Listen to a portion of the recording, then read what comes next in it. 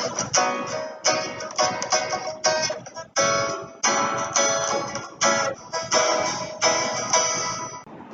friends, welcome to Electronic Circuit Hub. So today we will understand one more application of operational amplifier, that is A-stable multivibrator.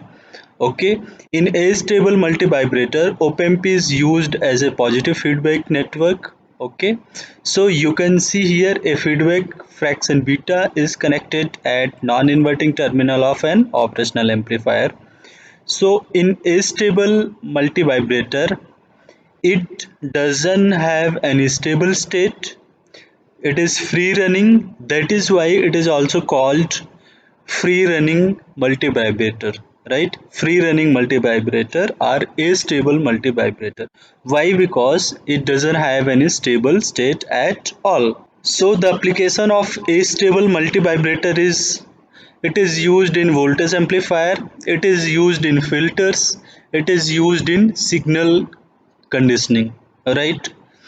So now let us try to understand the circuit diagram of the design of a stable multivibrator, how it is being designed, and then we will run a simulation and we will see the behavior of output waveform, we will see the behavior of wave reference signal, right?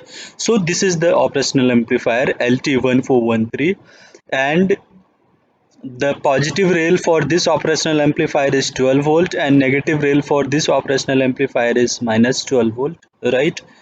So you can see here, this is the feedback network R1 and R2, and it is governed by the beta, feedback fraction beta.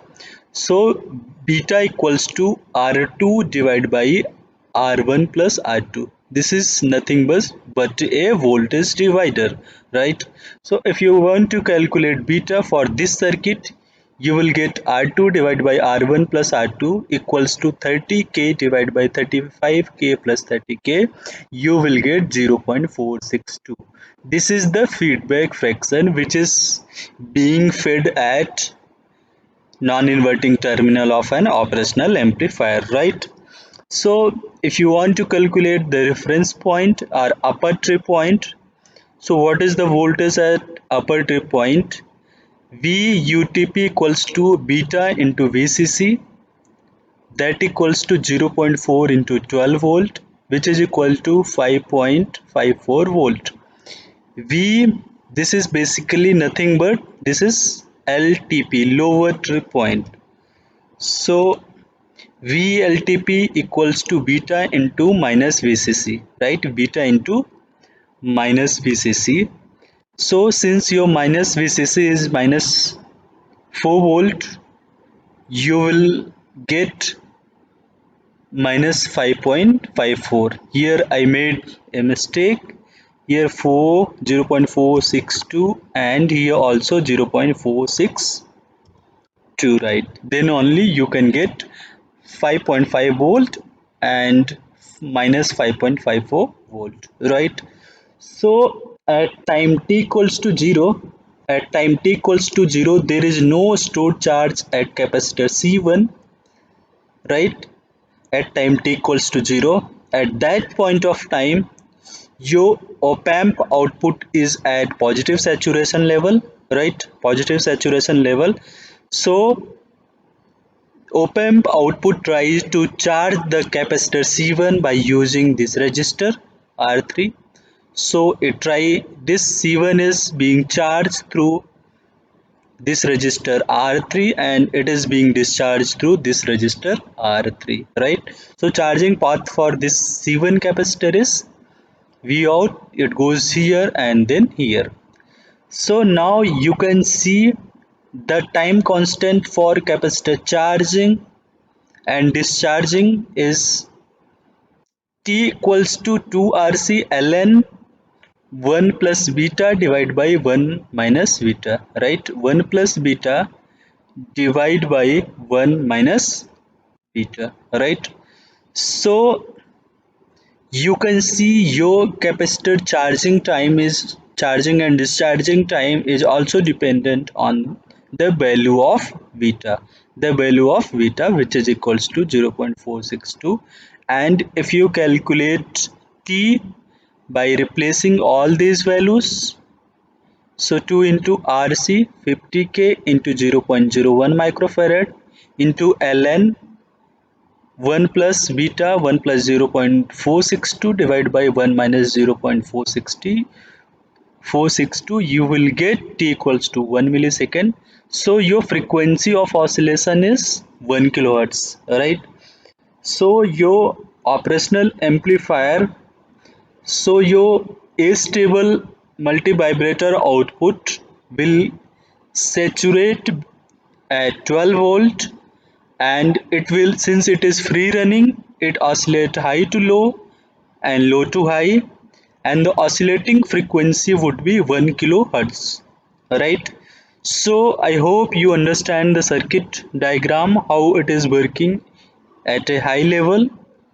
Now I will run the simulation here. This is simulation button. I will run this button.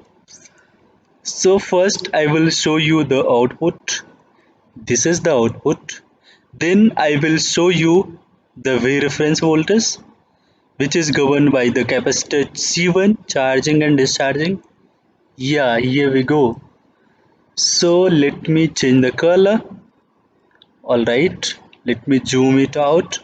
So you can see your capacitor is being charged from 0 volt to here. This is something around 5.7 volt, right? What was your theoretical value? Your theoretical value was 5.54, and your simulated value is 5.72, and then it is being discharged up to 5.63. And what was your calculated value, theoretical value? It was minus 5.54. So you can see here your capacitor is not charging up to 12 volt, it is being charged at 5.7 volt, 5.5 volt, and it is being discharged until 5.5 volt, right? 5.59 here you can see. So this is because of your positive feedback and feedback fraction beta. So if you understand the concept of this feedback fraction beta, now this is nothing but a comparator. It works as a comparator, right?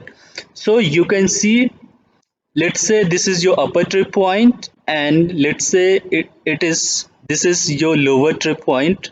So you can see here, from 0 to upper trip point your signal is high, and from upper trip point to lower trip point your signal is low. This is low.